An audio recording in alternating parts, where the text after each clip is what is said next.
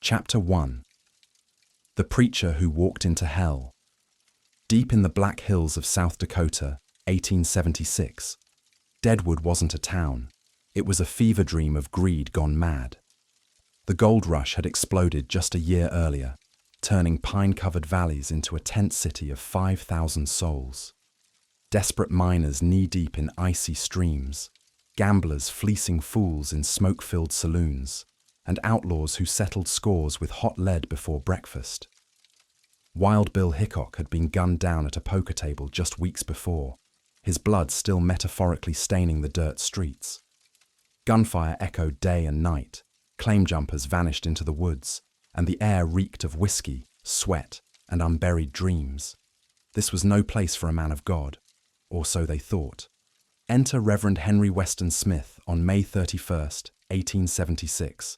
A lanky Methodist circuit rider from Illinois, stepping off the trail from Crook City with nothing but a Bible, a broad-brimmed hat, and eyes that burned with unshakable faith.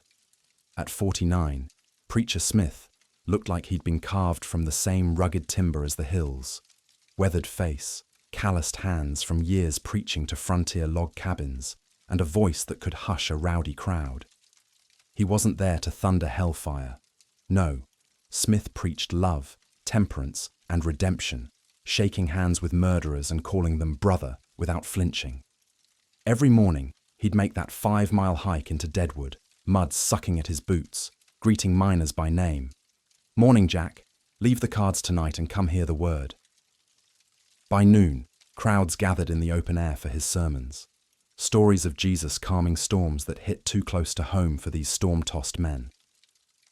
One prospector later confessed, "He looked right through me, like he knew the devil I'd buried last week." Smith even launched his own handwritten newsletter, The Deadwood Pioneer, scribbled by lanternlight and passed hand to hand through bars and brothels, packed with scripture, local births and deaths, pleas to build a proper church, and gentle jabs at the bottle. "Why waste gold on whiskey when souls are free?" he'd say with a wink that disarmed even the hardest hearts. Word spread fast. Barkeeps grumbled as patrons ditched drinks mid-hand for impromptu prayer meetings. A saloon girl named Molly giggled that Smith blessed her poker winnings for honest labor. He dreamed aloud of a schoolhouse, a chapel, civilizing the chaos. Deadwood needed him, and he knew it, but not everyone did. In the shadows of those same saloons, whispers grew. "That preacher's meddling too much. Men gotta have their vices." Smith paid no mind, striding unarmed through gunfighter alleys, convinced faith could tame any wilderness. One evening, after preaching to a circle of hungover diggers, he shared a story that chilled the group silent. "I once walked into a camp just like this, and the Lord showed me a man's secret sin before he confessed it himself." The miners shifted uneasily, eyes darting. Smith smiled. "But grace covers all."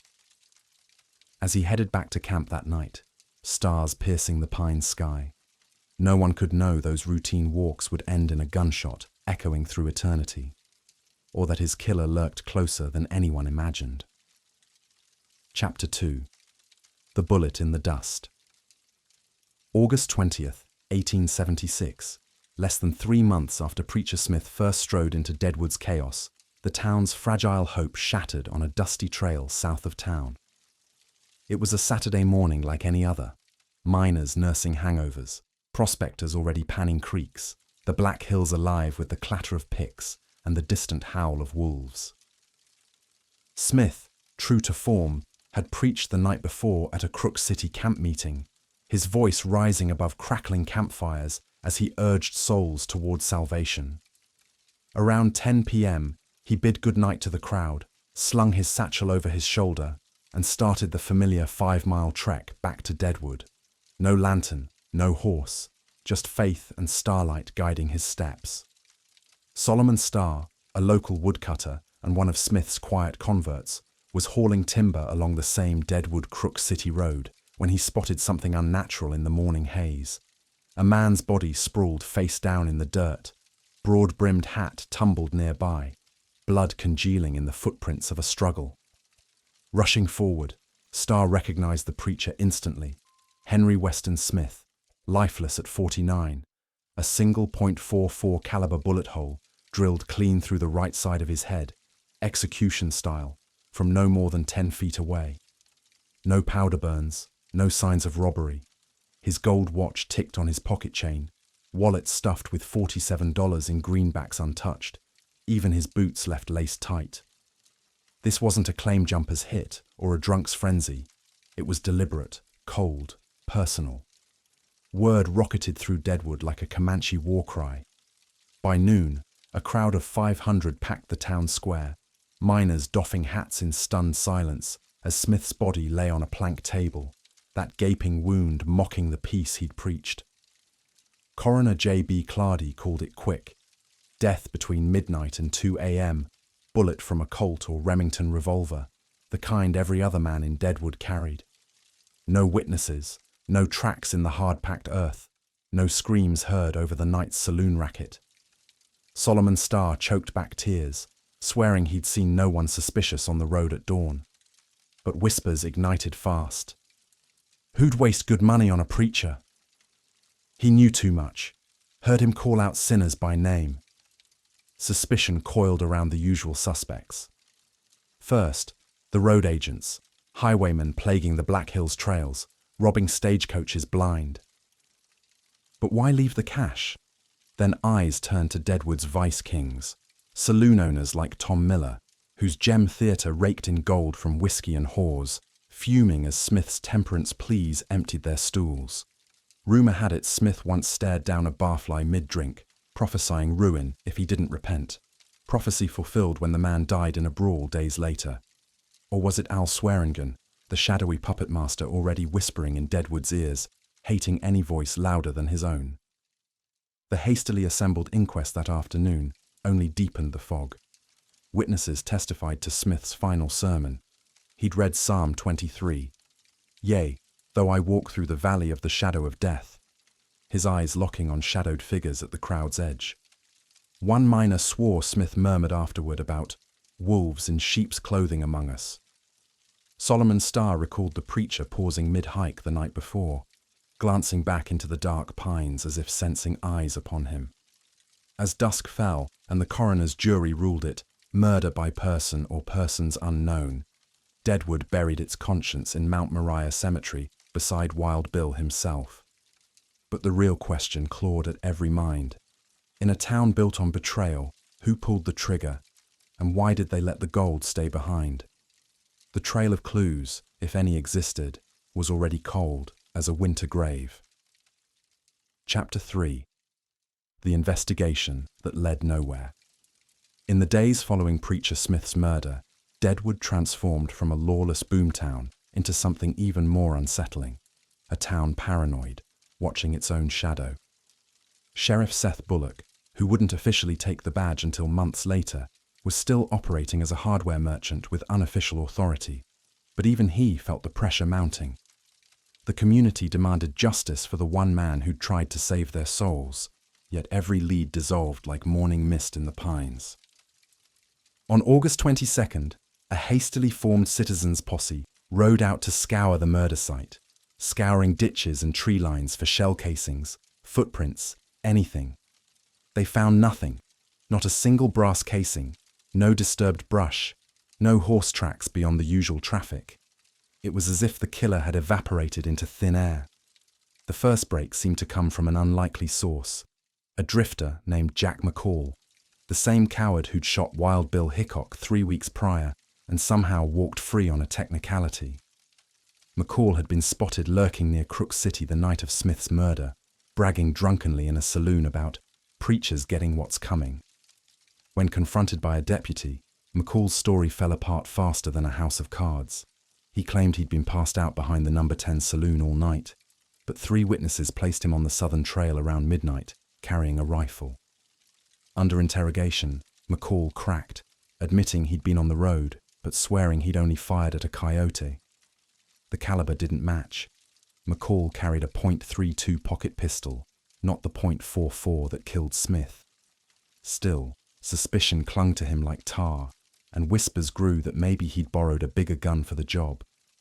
But the real bombshell came from an unexpected witness, Kitty Leroy, a notorious dancehall queen and sharpshooter who ran one of Deadwood's rowdier establishments.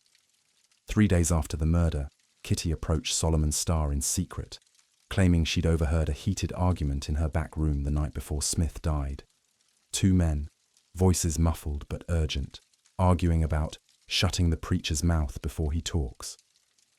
One voice she recognized instantly, Charlie Utter, Wild Bill's best friend and a respected freighter. The other she couldn't place, deeper, colder, with an accent she thought might be southern. Kitty swore Utter had said, "Smith knows about the claim. We can't let him reach Cheyenne." Starr brought this to the makeshift investigation committee, but when they questioned Utter, he had an ironclad alibi. He'd been hauling freight to Fort Laramie with 6 witnesses, nowhere near Deadwood that week. The claim Kitty mentioned became the investigation's white whale. Rumors swirled that Smith had stumbled upon evidence of a major claim-jumping operation, a syndicate stealing gold from legitimate prospectors and laundering it through crooked assayers. One miner testified that Smith had pulled him aside days before his death, asking cryptic questions about stolen ground and whether certain names appeared on multiple claims. The preacher kept a journal, everyone knew it, filled with observations from his travels.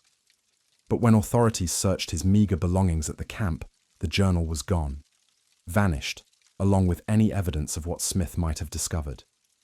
Either the killer took it, or someone close to the investigation made it disappear.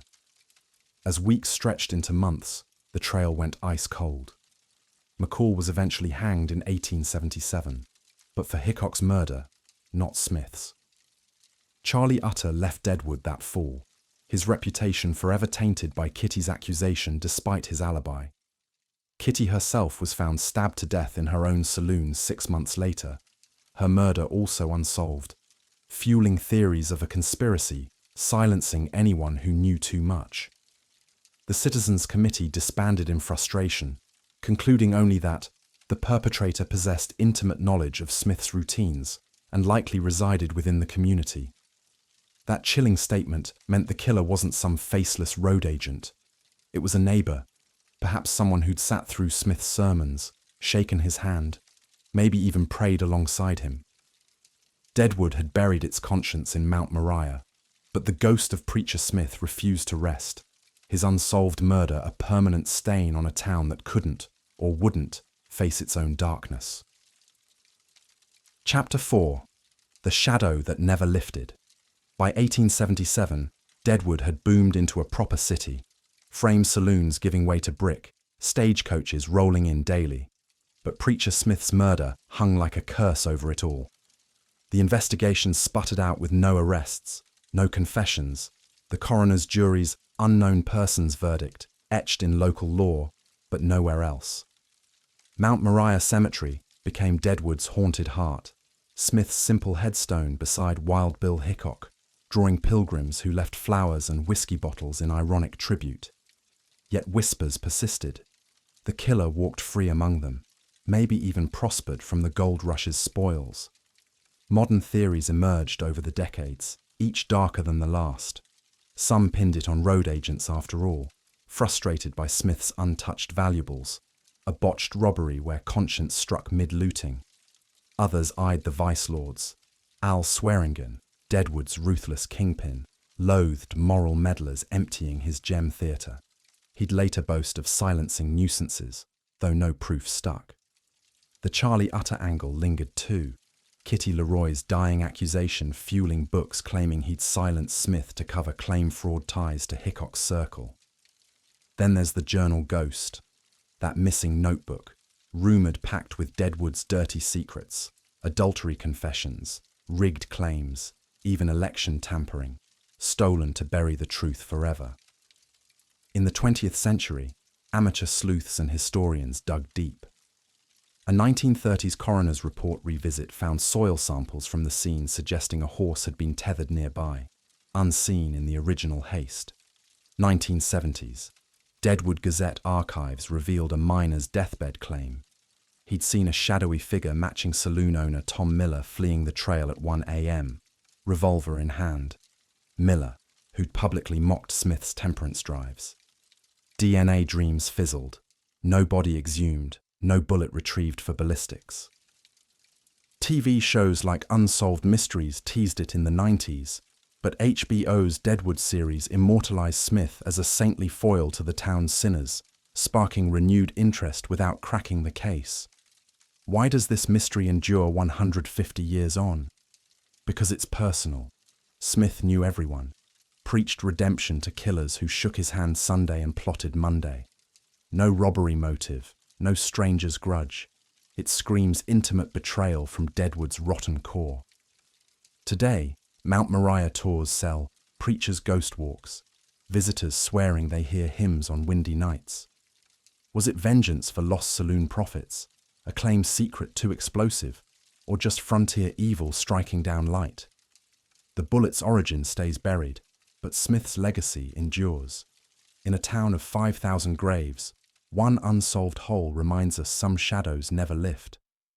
Deadwood changed, but its first conscience cries for justice still.